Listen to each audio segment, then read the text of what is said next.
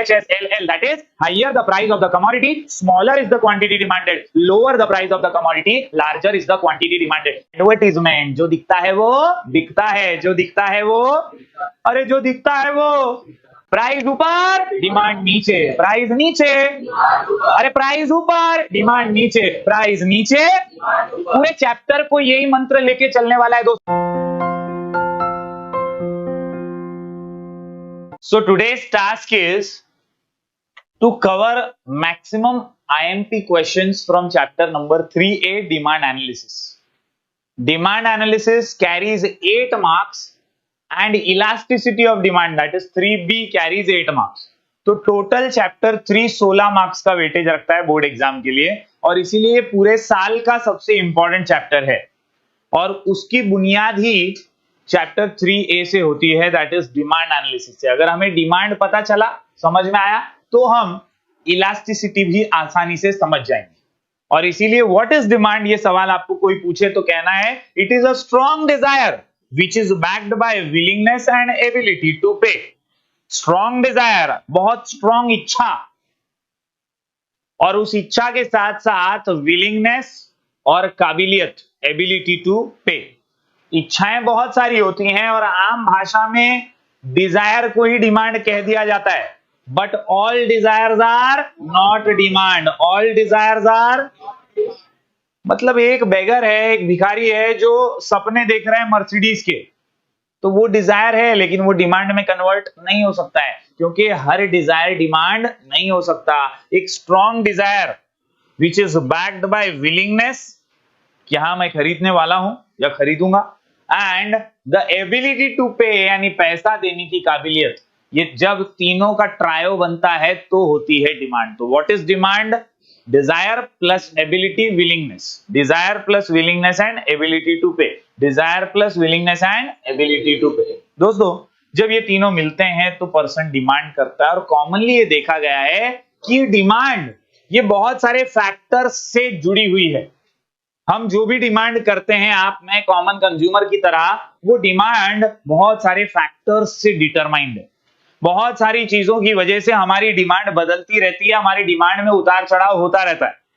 और इसीलिए अपना इस चैप्टर का पहला इंपॉर्टेंट आंसर है फैक्टर्स अफेक्टिंग डिमांड.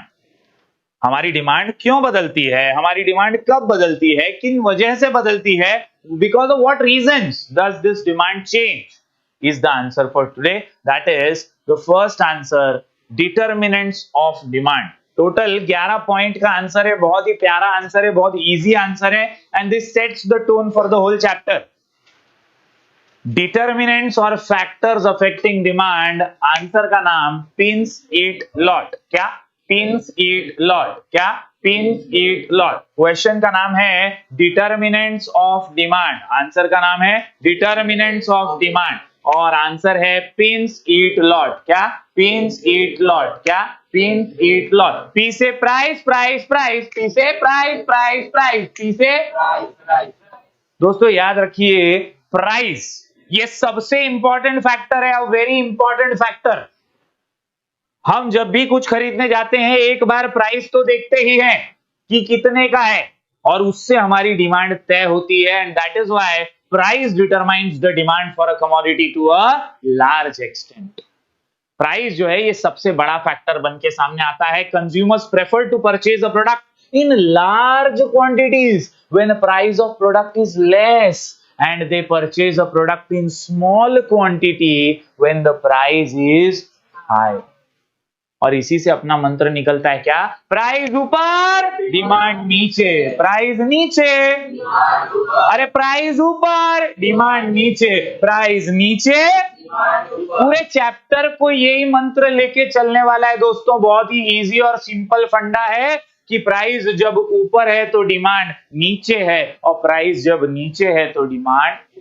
इसका मतलब बहुत सिंपल है कि सस्ता है तो लोग ज्यादा खरीदते हैं, प्राइस नीचे तो डिमांड ऊपर, और जब प्राइस ज्यादा है, जब महंगा है, तो लोग कम खरीदते हैं, and that is what it is, an important factor which affects demand. पहला पॉइंट समझ में आ रहा है क्या? पी से प्राइस. उसके बाद आता है प्राइस ऑफ सब्स्टिट्यूट गुड्स. ऐसे गुड्स जो एक दूसरे के सब्स्टिट्यूट्स हैं, क्लोज सब्स्टिट्यूट्स हैं, चाय और कॉफी, कोलगेट और दंतकांति, बाबा रामदेव। दोस्तों ये प्रोडक्ट जो हैं एक दूसरे के क्या हैं, सब्स्टिट्यूट्स हैं, और इसीलिए इनके प्राइस भी डिमांड पे असर डालते हैं। आप दुकान में गए थे कोलगेट लेने, लेकिन आपने देखा यार ये जो नया मार्केट में आया है ना, ये तो सस्ता मिल रहा है और बहुत अच्छा लग रहा है, इसको ट्राई करके देखता हूँ। कोलगेट से महंगा, कोलगेट तो महंगा है, कोलगेट से सस्ता मिल जाएगा। तो sometimes substitute goods also affect your demand और प्राइस ऑफ सब्स्टिट्यूट की इसीलिए यहां पर बात की गई है। If a substitute good is available at lower price, then people will demand cheaper substitute goods than costly good. लोग अक्सर सब्स्टिट्यूट पसंद करेंगे अगर वो सस्ते में मिल रहा है। For example, if the price of sugar rises then demand for jaggery will rise. अगर शक्कर महंगी हो जाती है तो लोग गुड़ से भी काम चला लेंगे, क्योंकि वो मिठास तो दोनों में ही है। तो this is what a common consumer thinks like. P से price, price of substitute goods, P से प्राइस और प्राइस ऑफ, उसी तरह पी से price of complementary goods. Complementary goods क्या होते हैं? तो दोस्तों वो गुड्स जो एक साथ डिमांड किए जाते हैं, वो गुड्स जिनकी जॉइंट डिमांड है, एक काम के लिए दोनों की जरूरत पड़ेगी, जैसे कार और फ्यूल, जैसे मोबाइल तो चार्जर, जरूरी है दोनों ही लेना पड़ेगा। एक की कीमतों में बढ़ोतरी होती है तो दूसरे की डिमांड पे भी असर पड़ता ही। आज पेट्रोल डीजल महंगा हो गया है तो कार की बिक्री भी कम होने लगी, लोगों ने कार खरीदना कम कर दिया है। इसका रीजन क्या है? लोग सोचते हैं कि यार इतना महंगा पेट्रोल डीजल डालेंगे, उससे अच्छा तो ओला उबर करके चले जाएंगे। So somewhere or the other, prices of complementary goods also affect the demand. Change in the price of one commodity would also affect the demand for other commodity. For example, car and fuel. If the price of fuel rises, then the demand for cars fall. PPP समझा क्या? Question का नाम है determinants of demand. What are we studying? We are studying those factors which affect demand. ऐसे factors जो demand पे असर डालते हैं। आंसर का नाम पिंस ईट लॉट। आंसर का नाम पिंस ईट लॉट। पी से प्राइस, प्राइस, प्राइस, पी से प्राइस, नीचे डिमांड ऊपर, प्राइस ऊपर डिमांड नीचे। याद आ रहा है? When price rises, demand falls, and when price falls, demand rises. फिर दूसरा प्राइस ऑफ सब्स्टिट्यूट गुड्स और तीसरा price of complementary goods. Pin के अंदर एन से, सॉरी आई से इनकम।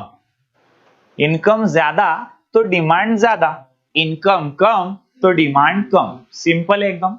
जेब में मनी है तो ही तो हनी है। If you have income only then you can demand more. अगर आपके पास पैसे ज्यादा हैं तो आप कुछ भी खरीद लेंगे, कुछ भी परचेज कर पाएंगे, वरना नहीं कर पाएंगे।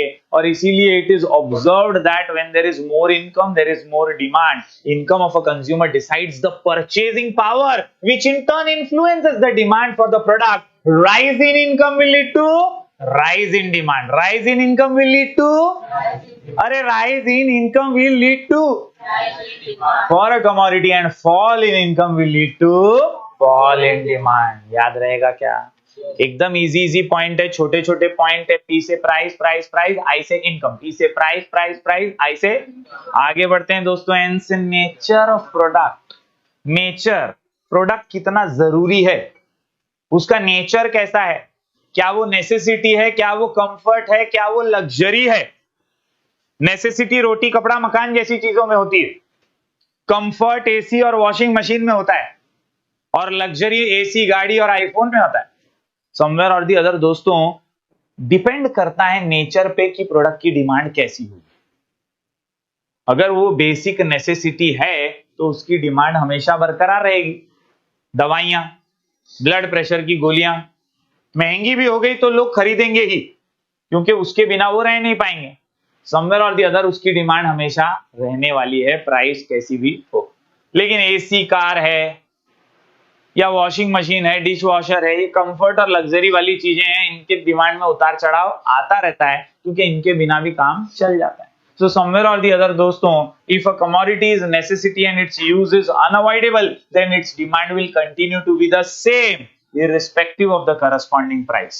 अगर वो जरूरत है, नेसेसिटी है, तो उसका प्राइस नहीं देखा जाएगा, उसकी जरूरत के हिसाब से उसे हमेशा डिमांड किया जाएगा। For example medicine to control blood pressure, medicine to control, याद रहेगा क्या एग्जाम्पल के साथ? एन के बाद आता है size of population, size of, size of population ज्यादा, डिमांड ज्यादा, पॉपुलेशन कम। अपने देश में सब कुछ बिकता है, क्या रीजन है? पॉपुलेशन ज्यादा है, डिमांड ज्यादा है। आज दुनिया का हर देश अपने साथ व्यापार करना चाहता है, रीजन क्या है? पॉपुलेशन ज्यादा है। Every commodity will be sold here. हर चीज का यहाँ पर डिमांड है, हर चीज का यहाँ पर मार्केट सेगमेंट है। And that is why size of population is also a factor affecting demand. Larger the size of population, greater will be the demand for a commodity, and smaller the size of population, smaller will be the demand of a commodity. Pins समझ में आ रहा है क्या? Question का नाम क्या है? Factors affecting demand. Pins, eat, lot. P से प्राइस, प्राइस, प्राइस। I से इनकम, N से नेचर, S से साइज ऑफ पॉपुलेशन। पिन समझा? Everybody getting it? All of you? बहुत इजी आंसर है, इंपॉर्टेंट आंसर है, क्योंकि इससे जुड़े हुए आगे के आंसर आने वाले हैं। चैप्टर का नाम है 3A डिमांड एनालिसिस, और काम फिट मामला हिट। और एग्जाम को अगर सुपर हिट करना है तो हर टाइप के कॉलेज के एग्जाम में इस चैप्टर के बिना पेपर सेट ही नहीं हो सकता है। 3A demand analysis, a very important chapter from board exam point of view as well as weightage point of view. और इसीलिए ये पहला answer should set the tone, लिख के इसका प्रैक्टिस करना ही है। Pins, eat, lot। P से प्राइस, प्राइस, प्राइस। I से इनकम, N से नेचर, S से साइज ऑफ पॉपुलेशन, S से। चलिए आगे बढ़ते हैं दोस्तों। E से एक्सपेक्टेशन, E से एक्सपेक्टेशंस हर्ट। याद रखिए दोस्तों, कटेगा तो सबका। जब आप एक्सपेक्टेशन रखेंगे तो डिमांड तो ऊपर नीचे होगी ही होगी। Somewhere or the other, when you expect a certain change in price in the future, you might affect the current demand. अगर आपको लग रहा है नहीं नहीं एसी अभी नहीं लेंगे भाई, एसी तो ठंडी में लेंगे तभी सस्ता होगा, आप अभी खरीद नहीं रहे हो ये सोच के कि बाद में सस्ता होगा। महंगा तभी भी है, अभी भी है, लेकिन आप परचेज नहीं कर रहे हो क्योंकि आप एक्सपेक्ट कर रहे हो, तो आपने अभी की डिमांड पे असर डाल दिया। सिमिलरली शेयर बाजार में आप सोच रहे हो कि अरे यार ये शेयर का भाव बढ़ने वाला है, इसको खरीद ले, ये शेयर का भाव बढ़ने वाला है, आप एक्सपेक्ट कर रहे हो कि इसका भाव बढ़ेगा, अभी भी बढ़ा हुआ ही है, लेकिन आप अभी खरीद लेते हो। क्यों? क्योंकि आप एक्सपेक्ट कर रहे हो कि और बढ़ेगा। तो एक्सपेक्टेशन से अभी की डिमांड पे असर पड़ता है। गोल्ड के मामले में भी हम देखते हैं सोने का भाव कितना ज्यादा बढ़ गया है, लेकिन फिर भी लोग खरीद रहे हैं। आज के बजट में कम हुआ है, मोबाइल और चार्जर तो कम हुआ है ऐसा बोल रहे हैं लोग। तो समवेयर और दी अदर दोस्तों, जब जब सरकार अपनी पॉलिसीज में चेंजेस लाती है तो उस पर असर होता ही है। एंड दैट इज व्हाई ये पॉइंट जो है एक्सपेक्टेशन वाला, ये लोगों के कॉमन कंज्यूमर बिहेवियर से जुड़ा हुआ है। If the consumer expects the price to fall in future, he will buy less in the present at the prevailing price. Similarly, if he expects the price to rise in future, he will buy more in the present at the prevailing price. अरे समझा क्या? पक्का समझा क्या? Everybody. E के बाद A, advertisement. जो दिखता है वो बिकता है, जो दिखता है वो, अरे जो दिखता है वो। याद रखिए दोस्तों, इन्फ्लुएंस कर लेता है एडवर्टीजमेंट एक कंज्यूमर के दिमाग को, और जब इन्फ्लुएंस होते हैं तो हम सोचते हैं यही प्रोडक्ट होना चाहिए, यही प्रोडक्ट खरीदना चाहिए। And when advertisement can influence you, it can change your demand also. Advertisement, sales promotion scheme and effective salesmanship tend to change the preferences of the consumers and lead to demand for many products. For example, cosmetics, toothbrush, etc. ऐसी कई चीजों की advertisement आने की वजह से हम उन्हीं की डिमांड करते हैं। E, A समझा क्या? T से टेस्ट, हैबिट, फैशन। T से टेस्ट, हैबिट, फैशन। T से दोस्तों टेस्ट बदला, डिमांड बदली, हैबिट बदली, डिमांड बदली, फैशन चेंज तो डिमांड चेंज। पहले का फैशन अलग था, कपड़े पहनने का ढंग अलग था, तरीके अलग थे और डिमांड अलग थी। बेल बॉटम की लोग पैंट डिमांड करते थे, अब नैरो फिट पैंट आ गई है, लो वेस्ट जीन्स आ गई है। अभी का फैशन अलग है तो अभी की डिमांड अलग। टेस्ट लोगों का अलग अलग होता है तो डिमांड लोगों की अलग होती है। किसी को सेव पूरी पसंद है, किसी को दही पूरी पसंद है, तो कोई पानी पूरी से खुश है। जिसका जैसा टेस्ट उसकी वैसी demand. Somewhere or the other दोस्तों, your taste, habit and fashion also affects the demand. Taste and habits of a consumer influence the demand for a commodity. If a consumer likes to eat chocolates or consume tea, he will demand more of them. चाय की चुस्की अगर आपको पसंद है तो आप तो चाय पीते रहेंगे क्योंकि आपका टेस्ट ही आपकी डिमांड है. Similarly when a new fashion hits the market the consumer demands that particular type of commodity. If a commodity goes out of fashion, अगर कोई चीज फैशन से बाहर हो गई तो फिर आप उसका डिमांड नहीं करने वाले हैं. Then suddenly the demand for that product tends to fall. समझा क्या? ईट समझ में आ रहा है क्या? ई से एक्सपेक्टेशन, ए से एडवर्टीजमेंट और टी से taste habit fashion. Pins eat lot. क्या? Pins eat lot. क्या? Pins eat lot. पी से प्राइस प्राइस प्राइस. पी से आई से इनकम. एन से नेचर. एस से size of population. Size of pins याद हो गया. Eat expectation, advertisement, taste habit fashion. Done done done. आगे बढ़ते हैं दोस्तों आखिरी 2 पॉइंट्स की ओर. एल से लेवल ऑफ टैक्सेशन. आज ही बजट आया है. जिन चीजों पे ज्यादा टैक्स वो हो गई महंगी और जिन पे टैक्स घटाया गया वो हो गई सस्ती. सिंपल है ना. सरकार की योजना है, सरकार की टैक्सेशन पॉलिसी भी तो असर डालती है. लेवल ऑफ टैक्सेशन जिस पे बढ़ गया उसका प्राइस बढ़ जाएगा और जिसका प्राइस बढ़ गया उसका डिमांड नीचू नीचू नीचू नीचू नीचू. याद है? प्राइस ऊपर डिमांड नीचे, है ना. और वही यहां पर बताया गया. Higher rates of taxes on goods और services would increase the price of the goods और services. This in turn would result in decrease in demand for goods और सर्विसेज एंड वाइस वर्सा. याद रहेगा? पक्का समझा प्रतीक? पक्का. आखिरी पॉइंट पे आते हैं दोस्तों. ओ से अदर फैक्टर्स. ओ से अदर फैक्टर्स. ओ से अदर फैक्टर्स. अदर फैक्टर्स में वो बोलता है क्लाइमेट बदलता है तो डिमांड बदलती है. आज बारिश का मौसम है तो लोग रेनकोट और छतरी डिमांड कर रहे हैं, है कि नहीं? समर सीजन हो, विंटर सीजन हो तो डिमांड अलग होगी. Similarly changes in technology. पहले लोग टाइपराइटर डिमांड करते थे, टाइपराइटर से टाइपिंग होती थी. अब कंप्यूटर के कीबोर्ड से ही काम हो जाता है, फटाफट से टाइपिंग हो जाती है, इजीली डॉक्यूमेंटेशन हो जाता है. समझ में आ रहा है क्या? सिमिलरली गवर्नमेंट की पॉलिसी, जैसा मैंने अभी बताया, ये भी एक बड़ा फैक्टर है. सरकार की योजना है, सरकार की धारणा है, सरकार की योजना, ये सब भी डिमांड पर असर डालती है. और आखिर में कस्टम्स एंड ट्रेडिशंस. क्या? Customs and traditions. हमारा जो कस्टम है, रीति रिवाज है. अभी जैसे हमारा भाई शादी करवा के आया तो शादी में, हिंदुओं की शादी में अलग डिमांड है, दूसरे किसी रिलीजन की शादी है तो अलग डिमांड है. वहां पे रिलीजन अलग है, कल्चर अलग है, वहां पर अलग डिमांड होगा.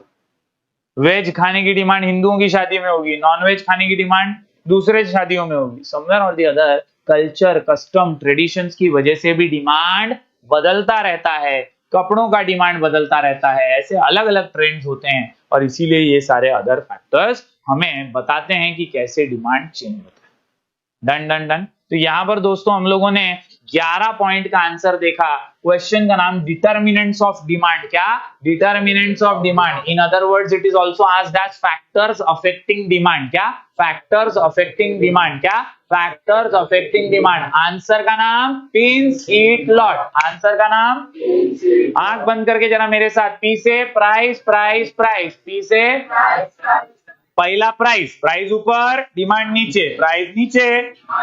उसके बाद प्राइस ऑफ सब्स्टिट्यूट गुड्स. उसके बाद प्राइस ऑफ कॉम्प्लीमेंट्री गुड्स. आई से इनकम. आई से एन से नेचर ऑफ प्रोडक्ट. एन से एस से साइज ऑफ पॉपुलेशन. एस से साइज ऑफ ईट. ईट के अंदर ई से एक्सपेक्टेशन. ई से ए से एडवर्टीजमेंट. ए से टी से टेस्ट हैबिट फैशन. टी से उसके बाद एल ओ टी. एल से level of taxation. Level of, और ओटी बोले तो अदर फैक्टर्स. ओटी बोले तो अदर फैक्टर्स. ओटी बोले तो डन डन डन.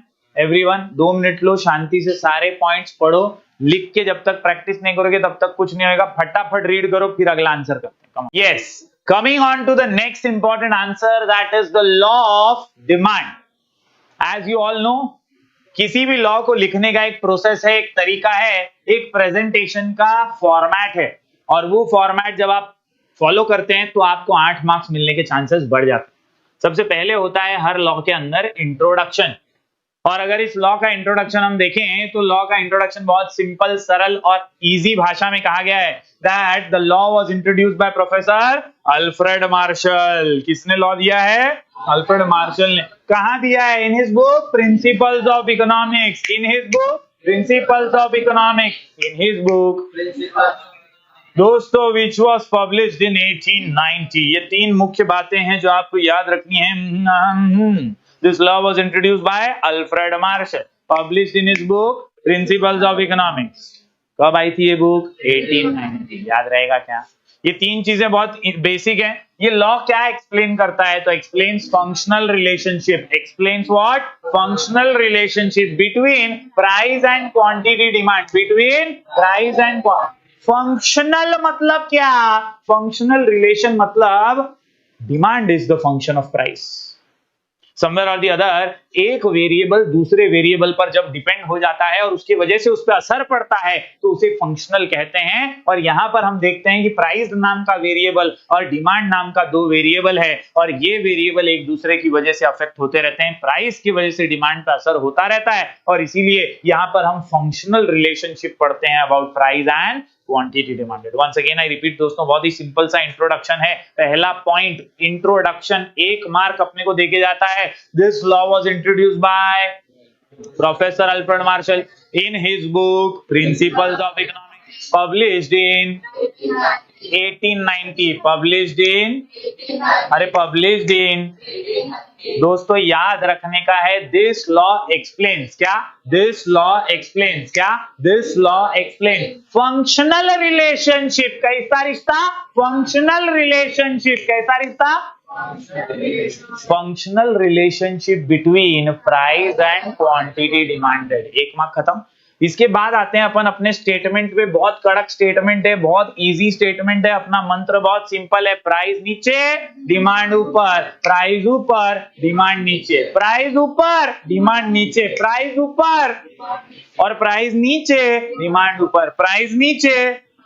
दोस्तों इसी उसूल पे, इसी मंत्र पे आधारित है अपना लॉ और इसीलिए अल्फ्रेड मार्शल का स्टेटमेंट बहुत सेम टू सेम लिखना है आपको। According to professor Alfred Marshall, other things being equal, यानी वो जो अदर थिंग्स हमने अभी भी पढ़ी ना पिन सीट लॉट में, वो है इसकी other things. Price of substitute, price of complementary, income, taste, habit, preference, ये सारी अदर थिंग्स कैसी होनी चाहिए? कांस्टेंट होनी चाहिए, इक्वल होनी चाहिए, सेम होनी चाहिए। अगर ये सब चेंज होगी तो इसका लॉ सही हो जाएगा। क्या है इसका law? Higher the price of commodity, smaller is the quantity demanded, lower the price of a commodity, larger is the quantity demanded. Basically higher, smaller, lower, larger, higher, smaller, lower, larger, higher, smaller, अरे higher, smaller, अरे higher, smaller, अरे higher, smaller, lower, larger, higher, smaller, lower, larger, higher, smaller, अरे higher, smaller। पूरे statement को दिमाग में fit करने का एक ही formula, HSLL, HSLL, HS। According to Professor Alfred Marshall, other things remaining equal, HSLL, that is higher the price of the commodity, smaller is the quantity demanded, lower the price of the commodity, larger is the quantity demanded। जब price high है तो demand small है, HS। जब price लो है तो demand large है, lower larger, lower larger, higher smaller, lower larger, higher smaller. दिमाग में एकदम इजीली फिट हो सकता है। ये आखिरी लाइन बहुत सिंपल सी, वापस से एक बार बोलता हूं, other things being equal, higher the price of commodity, smaller is the quantity demanded, lower the price of commodity, larger is the quantity demanded. याद कैसे रखोगे? HSLL, हायर क्या? प्राइस, स्मॉलर क्या? डिमांड, लोअर क्या? प्राइस, तो larger क्या? Demand. अरे समझा क्या? 2 मार्क का है ये स्टेटमेंट। ये स्टेटमेंट क्या समझाता है? इन other words, other factors remaining constant, if the price rises demand falls। Price अगर राइज हुआ तो डिमांड क्या हो जाएगा? फॉल हो जाएगा। और डिमांड जो है वो राइज होगा जब प्राइस फॉल हो जाएगा। समझा क्या? प्राइस नीचे तो डिमांड ऊपर और प्राइस ऊपर तो डिमांड नीचे। Thus आखिरी लाइन, जड़ी बूटी लाइन, सबसे इंपॉर्टेंट लाइन, पूरे लॉ की जान है ये line. There is an inverse relationship, there is an inverse relationship, there is an inverse relationship between price and quantity demand. ये प्राइस और डिमांड का रिश्ता इनवर्स है। जब प्राइस ऊपर होता है तो डिमांड नीचे, और जब प्राइस नीचे होता है तो डिमांड ऊपर। That is why this relation is an inverse relationship which assumes that when higher is the price, the smaller is the quantity, and lower is the price, larger is the quantity. याद रहेगा statement everybody. दोस्तों ये statement आपको 2 marks दे सकता है और बहुत easily सबको 2 मार्क्स मिल सकता है। हाइयर, स्मॉलर, लोअर, लार्जर, यही आपको लिखना है। राइज पे फॉल लिखना है, फॉल पे राइज लिखना है, काम खत्म है। बहुत easily everyone can score good marks in this. आगे बढ़ते हैं दोस्तों, बहुत सिंपल सा है, assumptions of the law. What are assumptions, पहले वो समझो। assumptions का मतलब क्या होता है? कंसीडरेशंस। assumptions का मतलब होता है धारणाएं। assumptions का मतलब वो जो अल्फ्रेड मार्शल सोच रहा है, वो जो अल्फ्रेड मार्शल मान रहा है। Alfred Marshall higher, smaller, lower, larger को प्रूव करने के लिए कुछ चीजों को मान के चल रहा है। वो बोलता है कॉमन कंज्यूमर बिहेवियर यही है कि प्राइस ज्यादा तो डिमांड कम, और प्राइस कम तो डिमांड ज्यादा। लेकिन ये कब सच होगा? जब मैंने जो अज्यूम किया है वो सच होगा। क्या अज्यूम किया है उसने? ध्यान से देखो, उसने अज्यूम किया है कि साइज ऑफ पॉपुलेशन चेंज नहीं होना चाहिए। उसने अज्यूम किया है कि एक्सपेक्टेशन में कोई भी बदलाव नहीं होना चाहिए। उसने अज्यूम किया है कि टेस्ट, हैबिट, प्रेफरेंस कभी चेंज नहीं होना चाहिए। उसने अज्यूम किया है कि टैक्स भी सेम रहेगा। उसने अज्यूम किया है constant level of income. Basically अगर ध्यान से ये पॉइंट को देखोगे तो आपको याद आएगा पिन सीट लॉट। हमने जो अभी थोड़ी देर पहले फैक्टर्स देखे, हमने जो अभी अभी डिटर्मिनेंट्स देखे, ये भी वही हैं। बस फर्क ये है कि उसके आगे नो चेंज और कांस्टेंट लिख दिया गया है। नो चेंज और कांस्टेंट से क्या होता है मतलब? नो चेंज और कांस्टेंट से मतलब ये होता है कि अल्फ्रेड मार्शल बोलता है कि फैक्टर्स बदले तो डिमांड बदल जाएगा और मेरा लॉ गलत साबित हो जाएगा, तो फैक्टर्स बदलना नहीं चाहिए। There should be no change in factors. Factors such as price, factors such as substitute goods, factors such as complementary goods, factors such as taxation policy, ये सारे फैक्टर्स कैसे होने चाहिए? कांस्टेंट होने चाहिए, इसमें कोई चेंज नहीं होना चाहिए। और इसीलिए आंसर के नाम में अपन ने लिख दिया है क्या? No constant price. क्या? No constant price. क्या? नो। तो हर जगह no no no no no ही लिखना है आपको। आपने अगर पिंस इट लॉट के पॉइंट्स याद कर लिए ना, तो कोई भी पॉइंट लिखो और आगे लिख दो नो, नो चेंज। आपने जो पॉइंट याद किया है चलेगा, उसके आगे लिख दो नो चेंज, या कांस्टेंट लिख दो तो भी चलेगा। आपको सिर्फ लिखना है according to Alfred Marshall, if the price changes the demand will change, and that is why he assumes that the price should not change. आपने बाइट किया साइज ऑफ पॉपुलेशन, तो वहां लिख दो no change in size of population, और नीचे क्या लिखोगे, अंदर क्या लिखोगे? According to Alfred Marshall size of population should not change because if size of population changes demand might change, and that is why he assumes that size of population remains constant. Simple. Own words में पूरा लिखने का, कुछ पढ़ने की जरूरत नहीं पड़ेगी assumptions, क्योंकि assumptions ऑलरेडी आप पिन सीट लॉट में पढ़ चुके हैं। assumption में वही फैक्टर्स हैं, वही पॉइंट्स हैं, सिर्फ क्या लिखना है? No change, no change, no change. क्या? No change, no change, no change. क्या? No change, no change, no change. अरे समझा क्या एवरीबॉडी?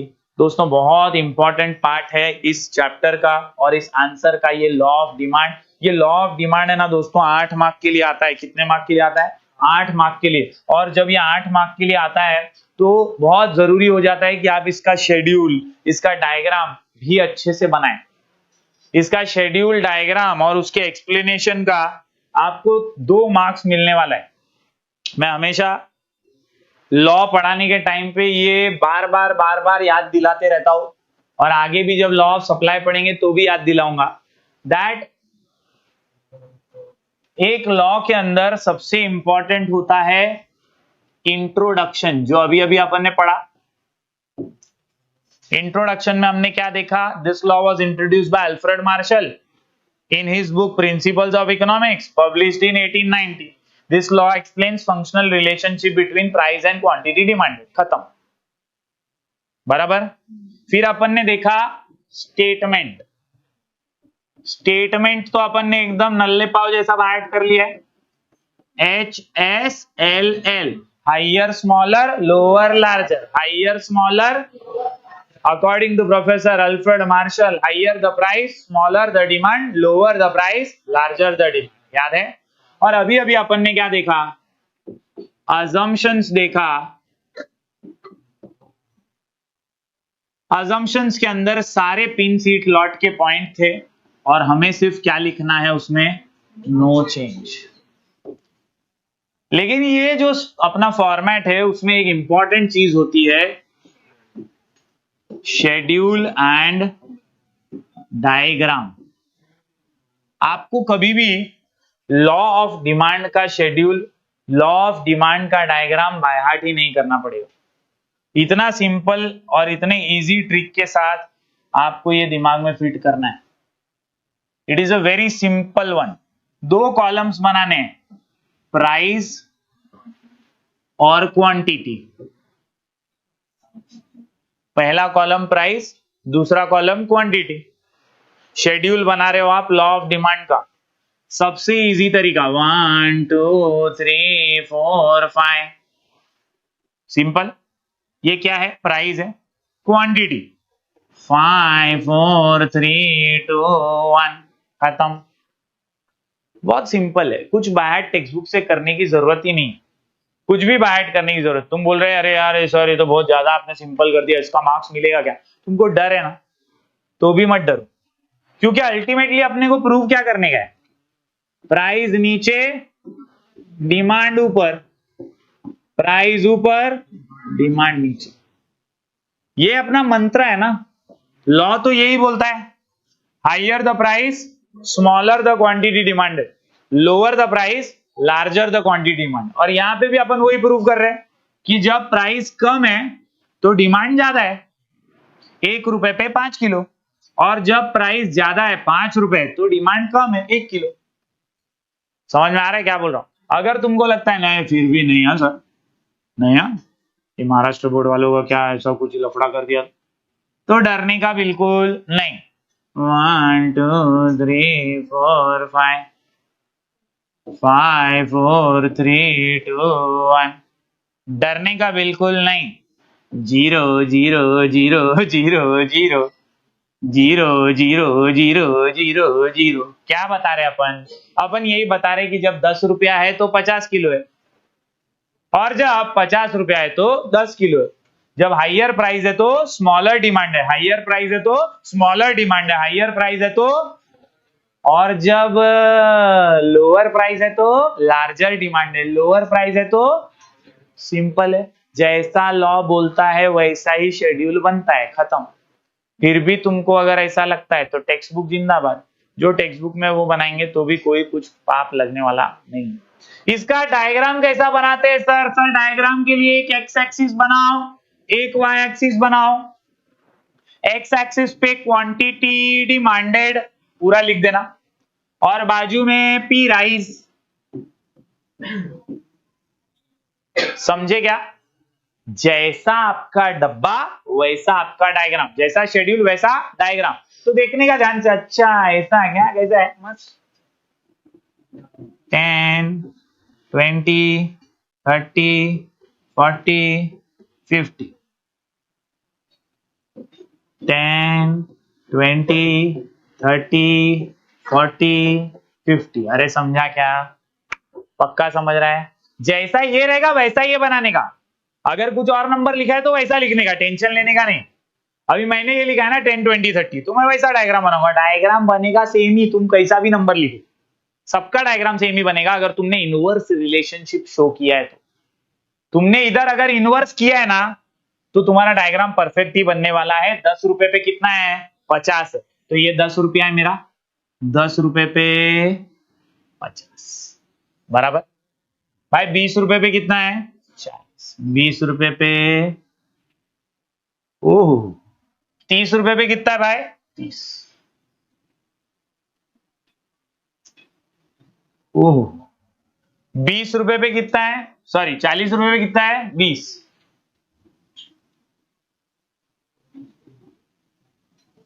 बराबर। और 50 पे कितना है, समझा क्या दोस्तों? अल्टीमेटली जब ये बन गया तो ये अपने पॉइंट्स है, समझ में आ रहा है?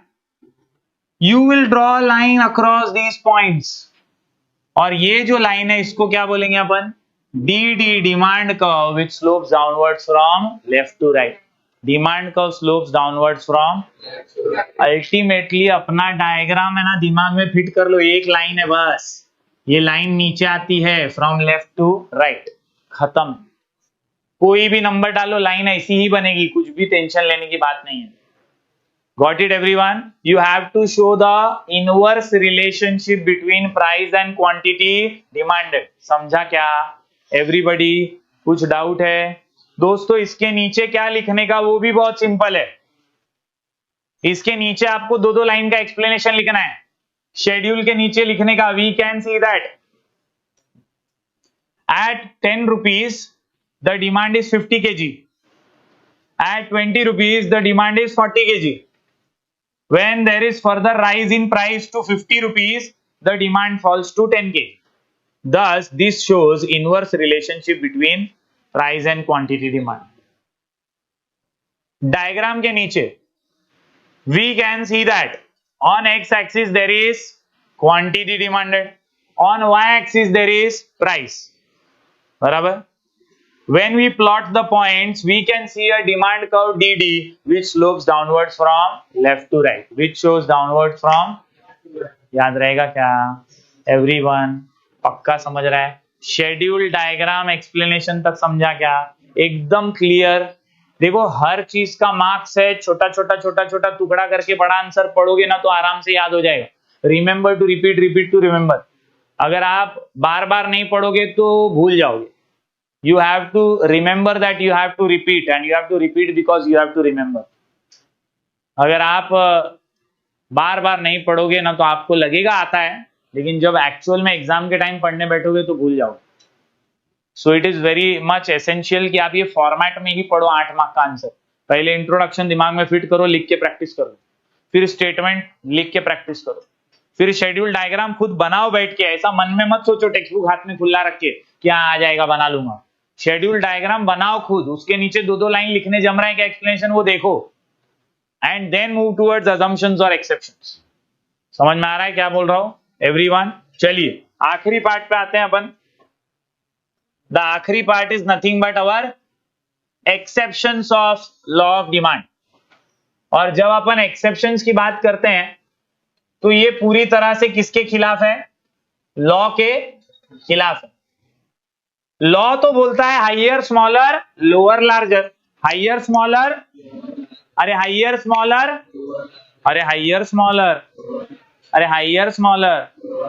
लेकिन हर बार जैसा लॉ कहे वैसा हो ये जरूरी नहीं है, और लॉ के खिलाफ भी कई चीजें चली जाती। There are many things which go against the law. There are many cases against the law, and that is why here we have some exceptions of law of demand. Answer का नाम high GPS, answer का नाम high GPS, answer का नाम high GPS. High GPS बोले तो क्या? Exceptions, जहां हाइयर के जगह स्मॉलर और लोअर की जगह लार्जर नहीं होता। ये कुछ ऐसे केसेस हैं, ये कुछ ऐसे पॉइंट्स हैं जो आपको बताएंगे कि हर बार जो अल्फ्रेड मार्शल कहे वो सही नहीं हो सकता। H for habitual goods, I से इग्नोरेंस, G से जिफिन्स पैराडॉक्स, P से प्रेस्टीज गुड्स और प्राइस इल्यूजन, और लास्ट पॉइंट है S से स्पेक्यूलेशन। S से क्या है? स्पेक्यूलेशन। चलिए एक एक करके समझते हैं। सबसे पहले हैबिचुअल गुड्स, जिन चीजों की आदत हो जाती है उसमें भाव नहीं देखा जाता, और ऐसे केसेस में दोस्तों डिमांड बढ़ती ही रहती है। अगर भाव ज्यादा है तो भी डिमांड बढ़ती है। अविनाश, हमने कोविड के टाइम पे देखा बेवड़े लोगों को लाइन लगा लगा के दुकान पे दारू खरीद रहे थे, बियर खरीद रहे थे, शराब खरीद रहे थे। वाई? बिकॉज वो एक आदत बन चुकी थी, प्राइस नहीं देख रहे थे, वो आदत को संभाल रहे थे। And that is why due to habit of consumption certain goods like tea is purchased in required quantities even at a higher price. अगर हाइयर प्राइस है तो भी लोग डिमांड करते हैं। यहां पर HSLL गलत साबित हो जाता है। लॉ तो बोलता है हाइयर पे स्मॉलर होना चाहिए, लोअर पे लार्जर होना चाहिए, लेकिन यहां हाइयर प्राइस है तो स्मॉलर डिमांड की जगह डिमांड और हाइयर है, तो लॉ फेल हो गया, और वही यहां पर एक्सेप्शन में बोला गया है। दूसरा, आई से इग्नोरेंस। इग्नोरेंस का मतलब क्या होता है? तो इग्नोरेंस का मतलब बड़ा सिंपल है दोस्तों, people buy more of a commodity at high price. This may happen when consumer is ignorant about the price of that commodity at other places. वो गया ही नहीं ना दूसरे किधर पूछने, वो पहली दुकान में गया, वहीं पे पैसा दिया और ले लिया, उसको मालूम ही नहीं कि दूसरी जगह सस्ते में भी मिल रहा हो सकता है। And that is why I for ignorance is also one of the important exceptions of law of demand. H for habitual goods, I for ignorance. H for habitual goods, I for ignorance. Hi GPS, hi GPS, hi habitual goods और I for ignorance. अब आते हैं सबसे बड़े और सबसे important point पे, दिखने में बड़ा है, समझने में बहुत इजी और सबसे आसान है। जी से जिफिन्स पैराडॉक्स। इसको जिफन बोलो, गिफन बोलो, जो समझता है बोलो, लेकिन दिमाग में कॉन्सेप्ट को फिट कर लो। सर रॉबर्ट जिफन या सर रॉबर्ट गिफन, ये एक ऐसे विशेष इकोनॉमिस्ट हैं जिन्होंने अल्फ्रेड मार्शल के लॉ की मजबूत एक्सेप्शंस ढूंढे, और उसी में से एक यहां पर आपके सामने है इंफीरियर गुड्स के बारे में। इंफीरियर गुड्स वो होते हैं जिनकी क्वालिटी खराब होती है। सर रॉबर्ट गिफन ने ऑब्जर्व किया इंग्लैंड के अंदर कि ब्रेड सस्ता था लेकिन लोग नहीं खरीद रहे थे। लॉ तो बोलता है higher smaller, lower larger, lower, तो ब्रेड के केस में लार्ज होना चाहिए था डिमांड, लेकिन ऐसा नहीं हुआ, और जो सस्ता ब्रेड था लोगों ने उसको नहीं खरीदा। क्यों? क्योंकि उसकी क्वालिटी खराब थी, वो इंफीरियर था, वो खराब क्वालिटी का था, और इसीलिए ब्रेड लोगों ने खरीदना पसंद नहीं किया। लोग तो यही कह रहे थे कि यार क्वालिटी अच्छी चाहिए, खराब होगा लेकिन सस्ते में होगा तो क्या हम खरीद लेंगे? हम खराब माल फ्री में भी नहीं खरीदेंगे। और इसीलिए यहां पर सबसे बड़ा एक्सेप्शन सामने आता है कि इंफीरियर क्वालिटी गुड्स होते हैं तो लोग लार्ज डिमांड नहीं करते हैं।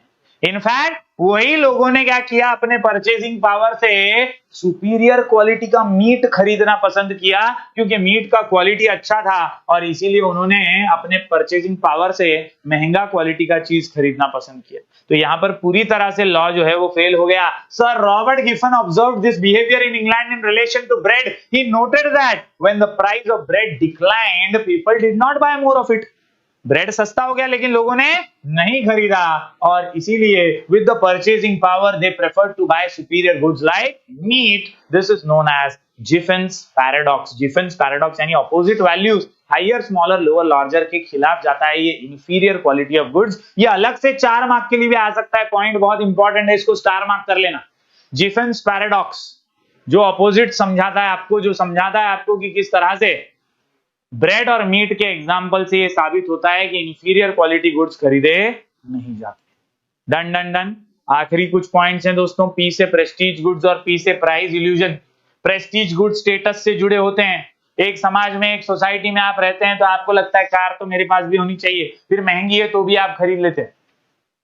यार आईफोन तो मेरे पास भी होना चाहिए, सबके पास है, तो महंगा है तो भी आप खरीद लेते हैं। जब प्रेस्टीज गुड्स होते हैं ना तो उसमें भाव नहीं देखा जाता। सोना चांदी ये कुछ ऐसी चीजें हैं जो महंगी हैं तो भी लोग खरीदते हैं, क्योंकि वो स्टेटस सिंबल है, वो प्रेस्टीज गुड्स है। Expensive goods like diamond, gold etcetera are status symbol, so rich people buy more of it even if their prices are high. समझा क्या? इसी के अलावा दोस्तों प्राइस इल्यूजन, कुछ चीजों का भ्रम हो जाता है। अपने दिमाग में एक अलग ही वहम होता है कि ब्रांडेड है तो अच्छा ही रहेगा, महंगा है तो क्वालिटी रहेगा भाई, लेकिन ऐसा होता है, ऐसा जरूरी नहीं है। Consumers have an illusion that high price goods are of better quality, therefore demand for such goods tend to increase with a rise in their prices. For example, branded products which are expensive are demanded even at a higher price. हम देखते हैं बड़े बड़े showroom है, Croma के, Puma के, इस पे लाइनें लगी रहती हैं, महंगा है तो भी लोग खरीदते हैं। क्यों? क्योंकि प्राइस इल्यूजन है, और यहां पर लॉ फेल हो जाता है।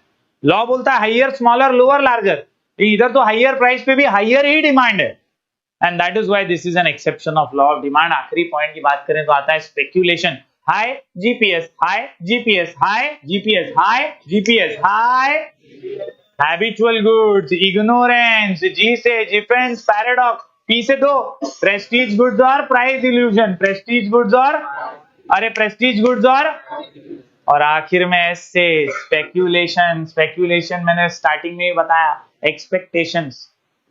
जब हम स्पेक्यूलेट करते हैं कि अरे भाव बढ़ने वाला है, अरे भाव बढ़ने वाला है, अरे भाव बढ़ने वाला है, तो हम अभी ही ज्यादा खरीद लेते हैं ये सोच करके कि आगे बढ़ जाएगा। जमीन के भाव, फ्लैट के भाव, बिल्डिंगों के भाव में ऐसे ही हो रहा है ना। अभी महंगा है लेकिन फिर भी लोग ज्यादा डिमांड कर रहे हैं, क्यों? क्योंकि लोगों को लगता है कि और बढ़ेगा। सोने का भाव, गोल्ड का भाव, लोगों को लगता है और बढ़ेगा और बढ़ेगा, और इसलिए लोग खरीदते जाते हैं। Somewhere or the other we have to understand this, that when you speculate price to rise in future, आप अभी ज्यादा खरीदते हैं, अभी की डिमांड पे असर डालते हैं, and that is why because of speculation, even if it is higher now, you go on purchasing more and more। तो यहाँ पे दोस्तों हमने सारे एक्सेप्शंस देखे, H for habitual goods, I for ignorance, G for सबसे main point defence paradox, P से 2 points prestige goods and price illusion, and lastly speculation. See there are many answers from chapter 3A demand analysis. मैंने चुन के 2 important answer इसलिए कराया क्योंकि 2 important answer पढ़ोगे ना तो बाकी छोटे मोटे आंसर भी करना आसान हो जाएगा। जैसे types of demand, CID 5 point का छोटा सा आंसर है। जैसे वेरिएशन एंड एक्सपांशन वाला, याद है क्या? वेरिएशन और चेंज, एक्सपांशन, कॉन्ट्रैक्शन। आप लोगों को कुछ भी डाउट है ना, प्लेलिस्ट में जाके आपको सब इंडिविजुअल वीडियो मिलेंगे, 1.5x पे देख सकते हो, पूरा चैप्टर क्लियर हो जाएगा। So please I request you all कि 3A को ऐसा पढ़ो ना कि उसके 25-30 मार्क्स जो तुम्हारे कॉलेज के एग्जाम्स में आते हैं ना, वो पूरे कवर हो जाए तुम्हारे यूनिट टेस्ट वगैरह के। और बोर्ड एग्जाम में तो यार 8 मार्क्स कंफर्म ये चैप्टर देता ही है, और 3B के साथ तो 16 मार्क्स का बन जाता है। तो I request you all that you please revise it properly, thoroughly from the playlist and write and practice. Done. Thank you very much.